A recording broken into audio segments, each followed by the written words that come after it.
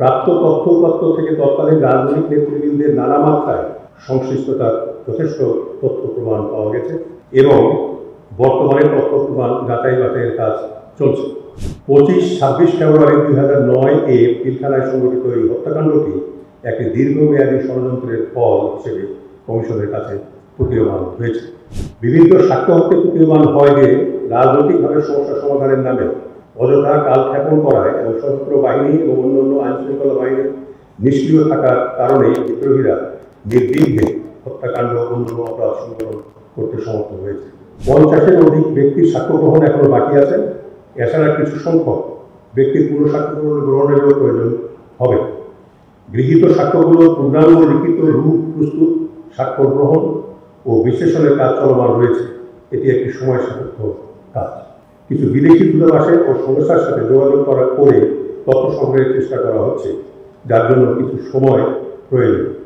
এসব বাস্তবতা বিবেচনা নিয়ে চূড়ান্ত প্রতিবেদন দাখিলের মেয়াদ 30 সেপ্টেম্বর 2025 পর্যন্ত বৃদ্ধির জন্য অনুরোধ করা হয়েছে। 2009 সালের 25 ও 26 ফেব্রুয়ারি পিলখানায় সংঘটিত হত্যাকাণ্ড তদন্তের জন্য গঠিত জাতীয় স্বাধীন তদন্ত কমিশনের 3য় সংবাদ সম্মেলনে আপনাদেরকে স্বাগত জানাচ্ছি।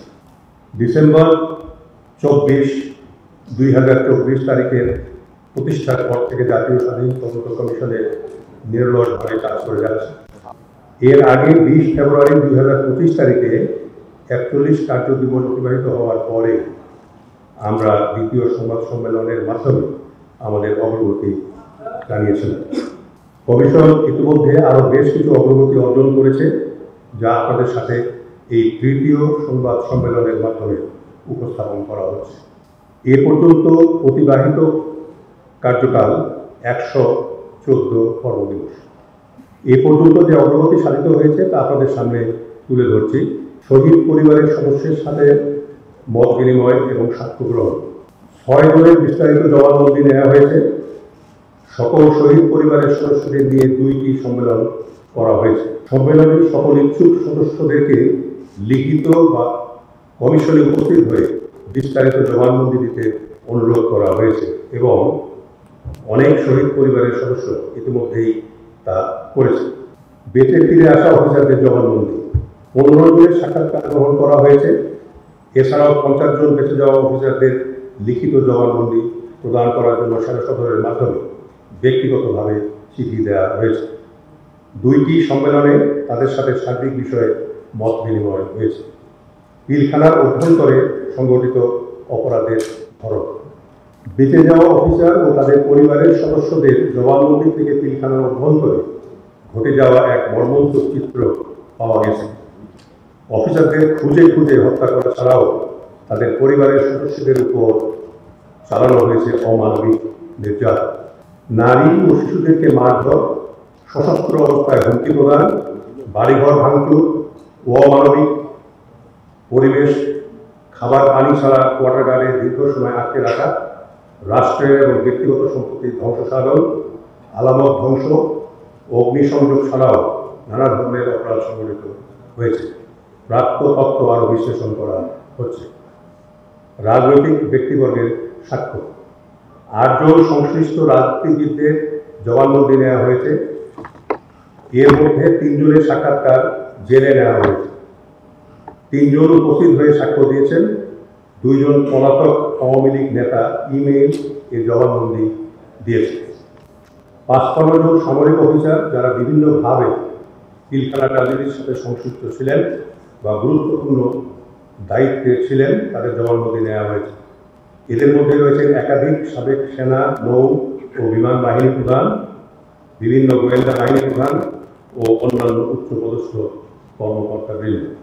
অসামরিক ব্যক্তিবর্গ 20 জনের সাক্ষাৎকার গ্রহণ করা হয়েছে। এর মধ্যে রয়েছেন ঘটনার সঙ্গে সংশ্লিষ্ট সাংবাদিক, আমলা ও পূর্বতন তদন্ত কমিটির সদস্যবৃন্দ। পুলিশ কর্মকর্তা, তৎকালীন আইজিপি, ডিএমপি কমিশনার ও অন্য পুলিশ কর্মকর্তাদের সাক্ষাৎকার নেওয়া হয়েছে।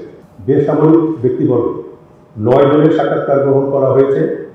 এর মধ্যে রয়েছেন ব্যবসায়ী, টেলিযোগাযোগ বিশেষজ্ঞ এবং অন্যান্য পেশায় নিয়োজিত ব্যক্তি যাদের কাছে ঘটনা সংশ্লিষ্ট তথ্য উপাত্ত রয়েছে। বিডিআর সদস্যদের সাক্ষ্য গ্রহণ 29 জন কারামুক্ত বিডিআর সদস্যের সাক্ষাৎকার নেওয়া হয়েছে। মোট সাক্ষ্য গ্রহণ সর্বমোট 158 জনের সাক্ষাৎকার নেওয়া হয়েছে এবং আরও আনুমানিক 50 জনের সাক্ষ্য গ্রহণ বাকি আছে। বিদেশি সংস্থা ও দূতাবাস ঢাকায় জাতিসংঘের আবাসিক সমন্বয়কারীর কার্যালয় থেকে তথ্য সংগ্রহের উদ্যোগ গ্রহণ করা হয়েছে। অন্যান্য সাক্ষ্য গ্রহণ পিলখানার রাজনীতি সংক্রান্ত কোনো তথ্য আছে এইরূপ ব্যক্তিবর্গ, প্রতিষ্ঠান, গণমাধ্যমকে কমিশনের নিকট তথ্য প্রদান করার জন্য অনুরোধ করা হয়েছে। প্রিন্ট মিডিয়া সংবাদপত্র থেকে প্রাপ্ত সংবাদ পর্যালোচনা কমিশনের একটি টিম তৎকালীন পত্রপত্রিকা বিশ্লেষণ করেছে এবং সেখান থেকে এখন প্রাপ্ত তথ্য কমিশনের ইনভেস্টিগেশন ম্যানেজমেন্ট সিস্টেম সংরক্ষণ করা হয়েছে। Digital evidence, video, CCTV footage, ছবি কমিশন বিভিন্ন উৎস থেকে অসংখ্য ভিডিও ফুটেজ, ছবি, সিসিটিভি ফুটেজ সংগ্রহ করেছে। এগুলো বিশ্লেষণ করা হচ্ছে এবং প্রয়োজনীয় ক্ষেত্রে ফরেনসিক অ্যানালিসিস করার জন্য সংশ্লিষ্ট সংস্থায় প্রেরণ করা হয়েছে। কমিশন ইতিমধ্যে বিজিবির ঘটনাস্থল, ডিজিএফআই, র্যাব সদর দপ্তর পরিদর্শন করে নানাবিধ দলিল দস্তাবেজ ও তথ্য সংগ্রহ করেছে এবং করছে। বিভিন্ন প্রতিষ্ঠান থেকে পত্রের মাধ্যমে সংগৃহীত তথ্য মোট পত্র লাভের সংখ্যা 25টি সরকারি বেসরকারি সংস্থায় কমিশন তথ্য সংগ্রহের জন্য 316টি পত্র প্রেরণ করেছে, যার মধ্যে 109টির উত্তর পাওয়া গেছে। বাকিগুলোর উত্তর পাওয়ার জন্য কমিশন যোগাযোগ অব্যাহত রেখেছে। সেনাবাহিনী কর্তৃক পরিচালিত কোড অফ ইনকোয়ারি 11 জুন 2009। সেনাবাহিনী কর্তৃক পরিচালিত কোড অফ ইনকোয়ারি এর মূল প্রতিবেদন বিশ্লেষণ করা হয়েছে এবং সংশ্লিষ্ট ব্যক্তিবর্গের সাক্ষাৎকার নেওয়া হয়েছে এবং আরও তদন্ত চলমান রয়েছে। প্রতিবেদনটির আরও বিচার বিশ্লেষণ চলছে। স্বরাষ্ট্র মন্ত্রণালয় কর্তৃক গঠিত তদন্ত প্রতিবেদন 11 মে 2009। স্বরাষ্ট্র মন্ত্রণালয় কর্তৃক গঠিত কমিটির তদন্ত প্রতিবেদন সংগ্রহ করে বিশ্লেষণ করা হয়েছে এবং তদন্তের সাথে সংশ্লিষ্ট ব্যক্তিবর্গের সাক্ষাৎকার নেওয়া হয়েছে। তৎকালীন বিডিআর কর্তৃক পরিচালিত কোড অফ ইনকোয়ারি তৎকালীন বিডিআরের বিভিন্ন ইউনিট কর্তৃক পরিচালিত কোড অফ ইনকোয়ারির 57টি তদন্ত প্রতিবেদন সংগ্রহ করা হয়েছে এবং তথ্য উপাত্ত বিশ্লেষণ করা হচ্ছে। ওয়েবসাইটের মাধ্যমে প্রাপ্ত তথ্য, ইমেইল, জবানবন্দি, ভিডিও ক্লিপ যে কোনো ব্যক্তি কমিশনের ইমেইল অ্যাড্রেসে তথ্য প্রেরণ করতে পারেন। কমিশন ইমেইলের মাধ্যমে এখন পর্যন্ত 1038টি তথ্য পেয়েছে, যেগুলো বিশ্লেষণ করা হচ্ছে। গ্রন্থ ও অন্যান্য দলিলাদি বিশ্লেষণ book coalition years by book India's near east a new history by Avinash Paliwal, more than mutiny, India Today, journalist Saurabh Shukla.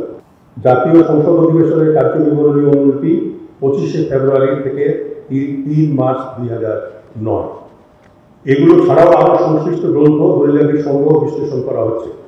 Walton আবারও মিলিয়নিয়ার অফারে ওয়ালটন ফ্রিজ কিনে আপনিও হয়ে যেতে পারেন মিলিয়নিয়ার। প্রাপ্ত তথ্য উপাত্ত থেকে তৎকালীন রাজনৈতিক নেতৃবৃন্দের নানা মাত্রায় সংশ্লিষ্টতার যথেষ্ট তথ্য প্রমাণ পাওয়া গেছে এবং বর্তমানে তথ্য প্রমাণ যাচাই বাছাইয়ের কাজ চলছে। 25-26 ফেব্রুয়ারি 2009 পিলখানায় সংঘটিত এই হত্যাকাণ্ডটি একটি দীর্ঘমেয়াদী ষড়যন্ত্রের ফল হিসেবে কমিশনের কাছে প্রতীয়মান হয়েছে। বিভিন্ন সাক্ষ্য হতে প্রতীয়মান হয় যে রাজনৈতিকভাবে সমস্যা সমাধানের নামে অযথা কালক্ষেপণ করায় এবং সশস্ত্র বাহিনী এবং অন্যান্য আইনশৃঙ্খলা বাহিনীর নিষ্ক্রিয় থাকার কারণে বিদ্রোহীরা নির্বিঘ্নে হত্যাকাণ্ড অন্যান্য অপরাধ সংগঠন করতে সমর্থ হয়েছে। 25শে ফেব্রুয়ারি সকাল থেকেই পিলখানার ভিতরে আটকে পড়া অফিসার ও তাদের পরিবারের সদস্যদের বারংবার অনুরোধ ও আটকে সত্ত্বেও কোনো ব্যবস্থা নেওয়া হয়নি। এই পর্যন্ত প্রাপ্ত তথ্য বিশ্লেষণ করে এটা বলা যায় যে তৎকালীন সশস্ত্র বাহিনীর কমান্ড ও আইন শৃঙ্খলা রক্ষাকারী বাহিনীগুলো সময় মতো সিদ্ধান্ত গ্রহণ করেনি এবং অপরাধ সংগঠনের সময় তারা নিষ্ক্রিয় অবস্থায় ছিল, যার ফলে তারা বিদ্রোহ ও হত্যাকাণ্ড প্রতিহত করতে কার্যকরী পদক্ষেপ গ্রহণ করেনি। তৎকালীন গোয়েন্দা সংস্থাগুলো দায়িত্ব পালনে চরম অবহেলা ও ব্যর্থতার পরিচয় দিয়েছে বলে এ পর্যন্ত প্রাপ্ত তথ্যে প্রতীয়মান। গোয়েন্দা ব্যস্ততার স্বরূপ ও কারণ বিশ্লেষণ করা হচ্ছে। ঘটনা ভিন্ন খাতে প্রভাবিত করা, আলামত ধ্বংস করার প্রয়াস দেওয়া হয়েছে। এর পিছনে দায়ী ব্যক্তি ও সংস্থাগুলোকে চিহ্নিত করা হচ্ছে। পিলখানায় হত্যাযজ্ঞ চলাকালে কিছু গণমাধ্যম পক্ষপাতদুষ্ট সংবাদ প্রচার করার মাধ্যমে বিদ্রোহ উস্কে দিয়েছে এবং একই সাথে পরিকল্পিতভাবে সামরিক অফিসারদের ভাবমূর্তি ক্ষুণ্ণ করার প্রয়াস চালিয়েছে বলে প্রতীয়মান হয়েছে। বিদেশি সংশ্লিষ্টতা সম্পর্কে ভুক্তভোগী ও প্রত্যক্ষদর্শীর কাছ থেকে বেশ কিছু তথ্য প্রমাণ পাওয়া গেছে, যেগুলো যাচাই বাছাই ও বিশ্লেষণ করা হচ্ছে। এখন পর্যন্ত প্রাপ্ত তথ্য অনুযায়ী কমিশন মনে করে যে সময় মতো সামরিক ব্যবস্থা গ্রহণ করলে এই নৃশংস হত্যাকাণ্ড ও অন্যান্য অপরাধ প্রতিরোধ করা যেত। তদন্তের সাথে গৃহীত পদক্ষেপ, দেশ থেকে নিষেধাজ্ঞা, প্রাপ্ত তথ্য বিশ্লেষণ ও তদন্ত কার্যক্রমে অধিকতর সাক্ষ্য গ্রহণের জন্য কমিশন 33 জন ব্যক্তির দেশ থেকে উপর নিষেধাজ্ঞা জারি করেছে। বিশেষ বিজ্ঞপ্তি, পলাতক ব্যক্তিবর্গের সাক্ষ্য প্রদানের জন্য কমিশন 3টি বিশেষ বিজ্ঞপ্তি প্রচার করেছে। সর্বশেষ প্রকাশিত বিশেষ বিজ্ঞপ্তি সংযুক্ত কমিশনের তদন্ত প্রতিবেদন। প্রাপ্ত সাক্ষ্য প্রমাণের ভিত্তিতে কমিশন তদন্ত প্রতিবেদনের প্রাথমিক খসড়া তৈরি করেছে। কিছু গুরুত্বপূর্ণ সাক্ষীর সাক্ষ্য গ্রহণ চলমান রয়েছে এবং প্রাপ্ত তথ্য উপাত্ত বিশ্লেষণের জন্য আরও কিছু গুরুত্বপূর্ণ ব্যক্তিবর্গের পুনঃ সাক্ষ্য গ্রহণ প্রয়োজন হবে। চ্যালেঞ্জ শূন্য, কিছু গুরুত্বপূর্ণ সাক্ষীর সন্ধান পাওয়া যায়নি। তাদের দৃষ্টি আকর্ষণ করে দৈনিক পত্রিকায় একাধিক বিজ্ঞপ্তি প্রচার করা হয়েছে। কিছু দেশি বিদেশি প্রতিষ্ঠানের কাছে চাহিদাকৃত গুরুত্বপূর্ণ তথ্য দলিলাদি এখন পর্যন্ত পাওয়া যায়নি। কমিশন উল্লিখিত তথ্যাদি অনতিবিলম্বে সংগ্রহের চেষ্টা চলছে। সময় বৃদ্ধি, 50-এর অধিক ব্যক্তির সাক্ষ্য গ্রহণ এখনো বাকি আছে। এছাড়া কিছু সংখ্যক ব্যক্তির পুনঃ সাক্ষ্য গ্রহণেরও প্রয়োজন হবে। গৃহীত সাক্ষ্যগুলোর পূর্ণাঙ্গ লিখিত রূপ প্রস্তুত, সাক্ষ্য গ্রহণ ও বিশ্লেষণের কাজ চলমান রয়েছে। এটি একটি সময় সাপেক্ষ কাজ। কিছু বিদেশি দূতাবাসে ও সংস্থার সাথে যোগাযোগ করে তথ্য সংগ্রহের চেষ্টা করা হচ্ছে, যার জন্য কিছু সময় প্রয়োজন। এসব বাস্তবতা বিবেচনা নিয়ে চূড়ান্ত প্রতিবেদন দাখিলের মেয়াদ 30শে সেপ্টেম্বর 2025 পর্যন্ত বৃদ্ধির জন্য অনুরোধ করা হয়েছে।